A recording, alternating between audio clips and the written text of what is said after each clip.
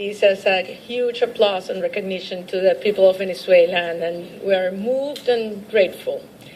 And it's my pleasure to be here again, CSIS. Thank you, Pietro, also for having this joint meeting.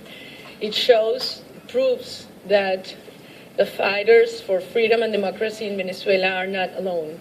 And we've felt that deeply in these last years. Things are moving fast in Venezuela, and I would not say it's only because of grieving, as you mentioned, or sadness and profound hurt for the horrible crimes that have been committed in these last days. But it has a lot to do with hope and struggle and strength and democratic convictions. I think that the most important lesson we have reached in these weeks of fight in the streets is that we have to trust the people. We better trust Venezuelans and our generations. And that's exactly what we said the last time we were here. Some people have some doubts, and these are the results to prove that a society that has deep inside democratic convictions and love for freedom, and it's willing to fight for those.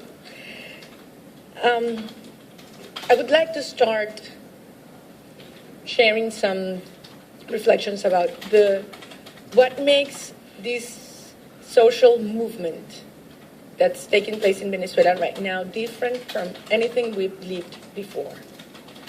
And at least there are 3 reasons. First, how wide it is. It's not only taking place in some certain cities or a region. This expression of social unrest and desire to fight has been showing up in every single city and town throughout our country. This has never happened before. A second element, you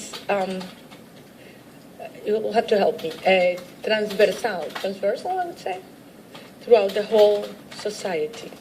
We're seeing rich and poor, young and old, civilians and military, men and women, black and white, coming out for the same reasons.